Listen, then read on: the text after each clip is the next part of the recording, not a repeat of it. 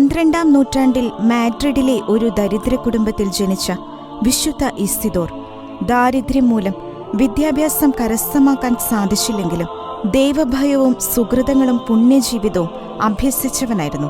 ദൈവസ്നേഹവും എളിമയും അക്ഷരമാലയാക്കിയ അദ്ദേഹം ചെറുപ്പത്തിലെ തന്നെ കഠിനമായി അധ്വാനിച്ചുകൊണ്ടുള്ള ഉപജീവനം ആരംഭിച്ചു. ജോലിക്ക് ശേഷം പ്രാർത്ഥനയിൽ മുഴുകുമായിരുന്ന ഇസിദോർ ശരീരത്തിന്റെ ദുർവാസനകളെ അധ്വാനത്താൽ നിയന്ത്രിച്ച് വിശുദ്ധ ജീവിതം നയിച്ചു.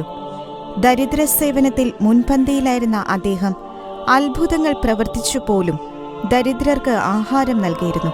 ഒരിക്കൽ ഇസിദോർ വൈകി ജോലിക്കെത്തുന്നുവെന്ന പരാതി അന്വേഷിക്കാനെത്തിയ യജമാനൻ ഇസിദോർ പ്രാർത്ഥനയിൽ മുഴുകിയിരിക്കുന്നതായും ഒരു മാലാഖ ഇസിദോറിന്റെ സ്ഥാനത്ത് നിലം ഉഴുകുന്നതായും കണ്ടെത്തിയതായി ചരിത്രം പറയുന്നു.